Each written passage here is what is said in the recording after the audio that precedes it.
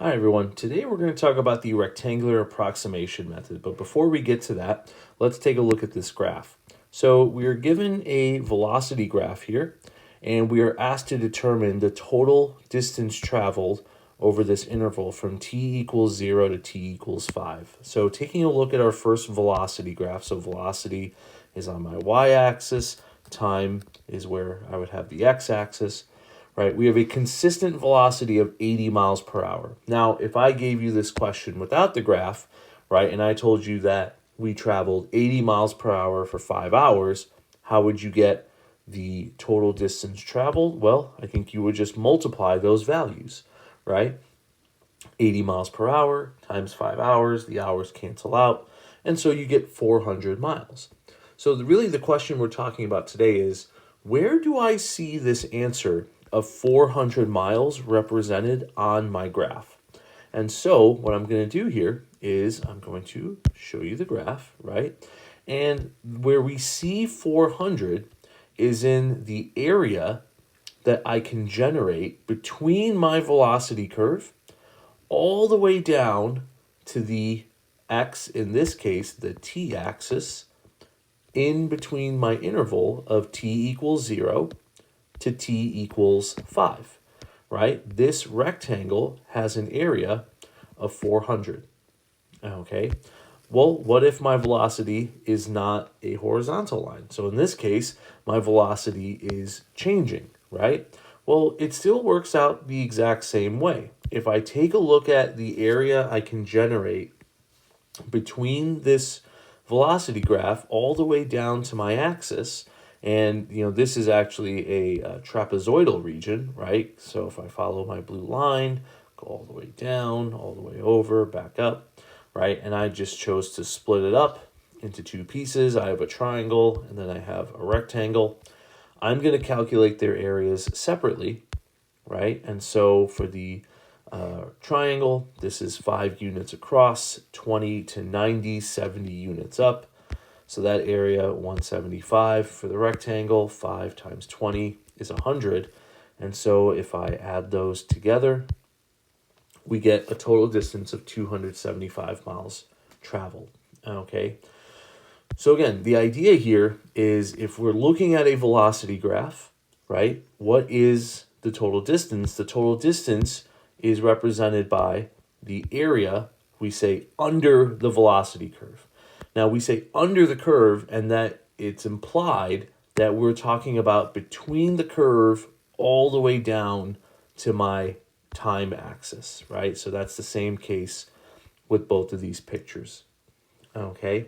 Now, these two examples are very nice because if you look at the shapes you get under the curve, right, you get a very nice shape, right? You get a rectangle and you get a trapezoid, which I can break up if I want to into a triangle and another rectangle, right? This is just basic geometry stuff, right? But looking at this scenario, right, what if the velocity curve isn't nice and straight? How are we to get the area under that curve going all the way down to the time axis or x-axis, however you want to think about it? And so in short, the answer is we don't. Not yet anyways, we'll get to it eventually. For now, we're going to estimate it. Well, how can I estimate it? Let's take a look at this picture, right? So this velocity curve, right, gives us an area which is very much not going to give us nice geometric shapes between it and my x-axis or t-axis, again, however you want to think about it. The actual area of that region, so, if I highlight it, it'll mess up, but the actual area is 313.7, units, whatever you want to call this, okay? And so what we're going to do is name of the lesson, we're going to do a rectangular approximation, okay? So what that means is, right, we will break up our input axis, time or x, or again, however you want to think about it. We're going to break this up into small intervals, and we're going to pick one of the endpoints of the intervals, the left endpoint or the right endpoint of the interval. We're going to put that input value, or put that endpoint into the function and get the output, and that will give us the height of the rectangle, and then the width is a fixed amount, right? So this first rectangle from 0 to 1, I picked x is 0, plugged it into the function, and calculated a y, and now I can do the area of that rectangle. From 1 to 2, same thing, x equals 1, I can plug it in. That gives me the height of the rectangle. Again, the width is fixed, okay? And I can keep doing that all the way through to, let's say this x-intercept is x equals 7, right? And you're going to notice some of my rectangles are leaving out some of the area between the curve and the axis. Some of the rectangles go way outside that boundary, okay? And so hopefully it will balance out and we will get a nice approximation. But this is the general idea, okay? So let's do some examples, all right? So the rectangular approximation method, or RAM for short, there are 3 of these. There's a left rectangular approximation method, a right rectangular approximation method, and then a fun one, the midpoint rectangular approximation method. So for all of these, we have to start off with a couple of things.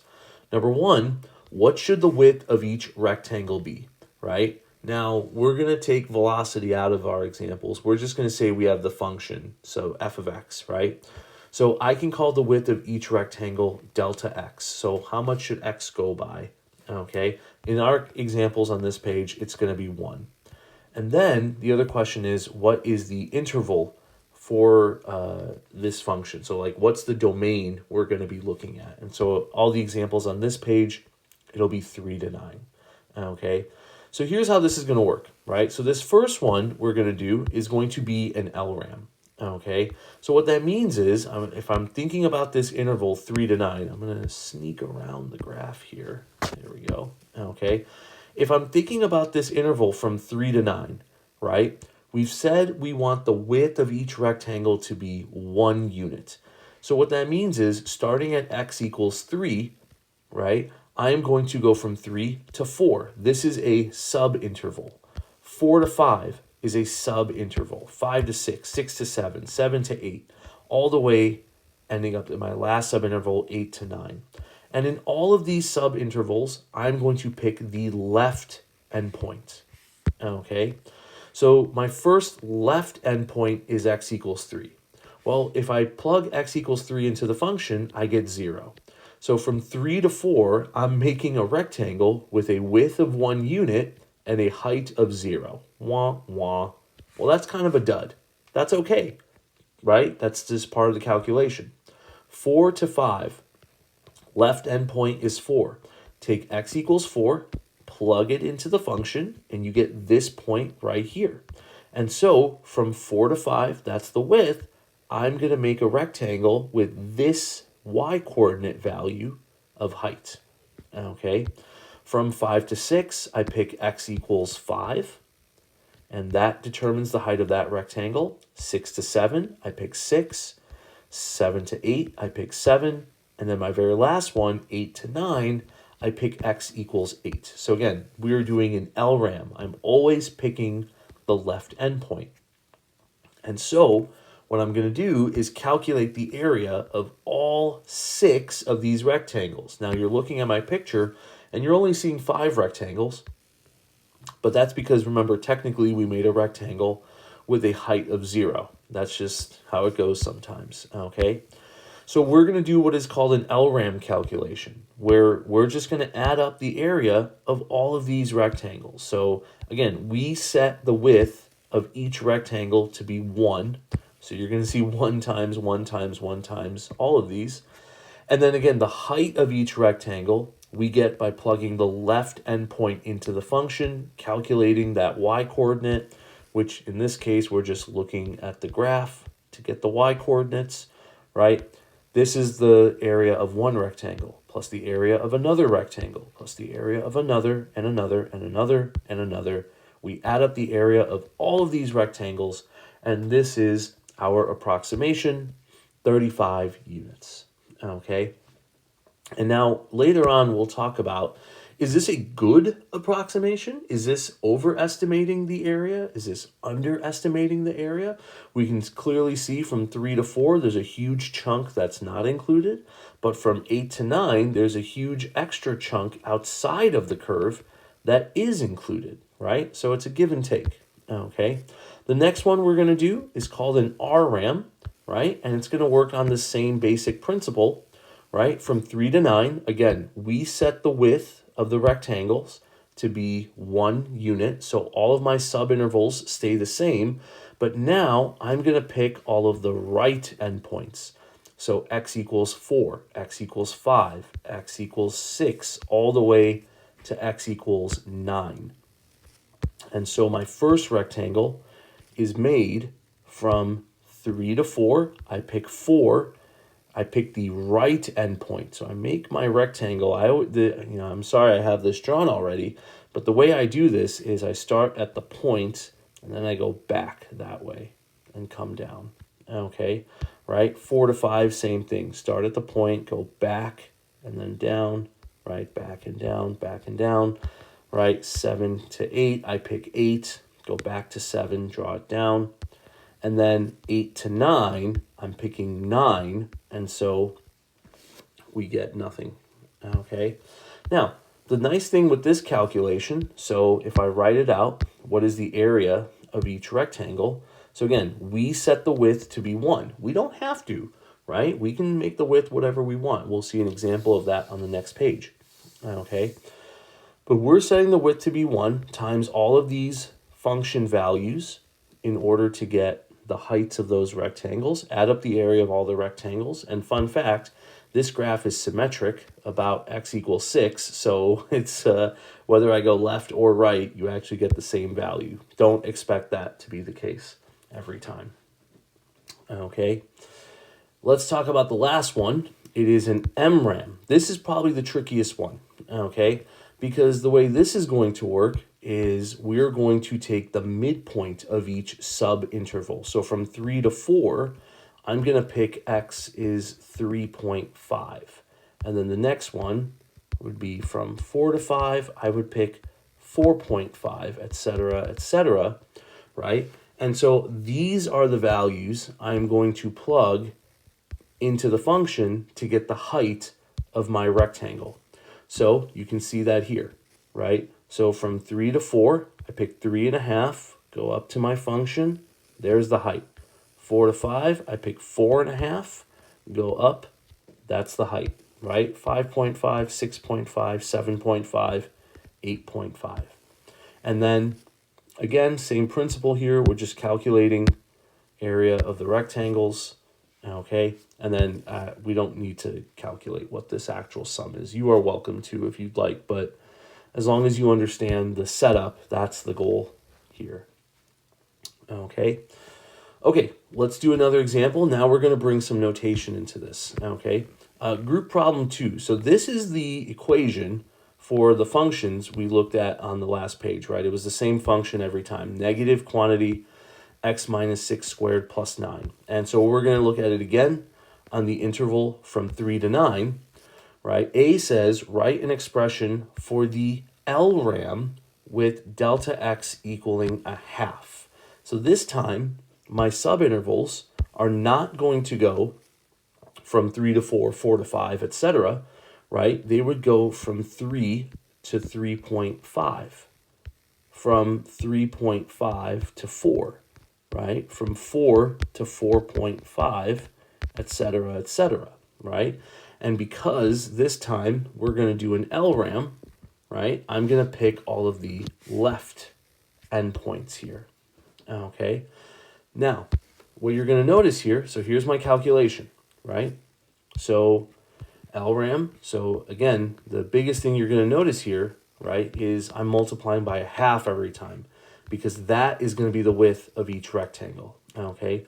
So a half is the width, f of 3 is the height. Half is the width, f of 3.5 is the height, right? Half times f of 4, half times f of 4.5, all the way until my very last interval would be 8.5 to 9, right?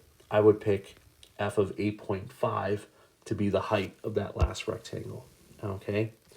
Now, one thing you can do to make your calculation a little bit nicer, though, is you notice that every term here is being multiplied by a half. Well, what if I just factored that out, right? Like instead of multiplying each of those, we can factor. Okay, so we can set it up this way.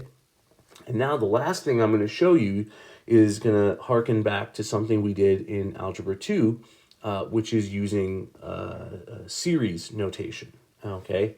Right, which is we're going to rewrite this as a sum. So the 1/2 is factored out, right? And so this is the Greek letter sigma saying I is starting at 1, and this sigma means sum, right? We are adding up f of x sub I, meaning we are adding up f of x sub 1. Well, what's the first x value? 3. Plus f of x sub 2. What's the second x value? 3.5, right? So think of I here, right, as counting how many rectangles we have, right? So when x is 1, what's the x coordinate for the first rectangle? When x is 2, right, for what is the x coordinate for the second rectangle, etc., etc. And this goes all the way up to n, right? We are adding in total n number of rectangles. So one thing you'll see with these types of questions is you'll see something like, oh, we're going to do this on the interval from 3 to 9 using, 12 sub-intervals. Okay, that number 12 is your n value, right? This means in total, you're going to add up 12 rectangles, okay? And now, we'll talk about this more later on, but what would the width of each of those rectangles be? Well, from 9 to 3 is 6 units long, divided into 12 equal pieces would give us a half, okay? So something like this is how you could see it noted in the question. But again, this is just bringing it back to some Algebra 2 notation of like, we factored out the 1/2. This is just a shorthand for saying add up all of these function values. Okay. Okay. So then to summarize, last thing we're going to do today, right? The rectangular approximation method is used to approximate the area under the curve, right? And so we do that by adding up. So again, you see the sigma, right? The area of the ith rectangle, ITH. So again, I is just counting how many rectangles, right? So when we write here delta x, that's the width, f of x sub I, that's the height, right? So this represents the area of one rectangle. The sigma tells us we're going to add them all up, and that's how we approximate the area under the curve, okay? And again, if you want, you can rewrite this, right? I can take delta x and put it in front, right? And write sigma of f of x sub I, right? And so this would be another way of writing it as well, okay?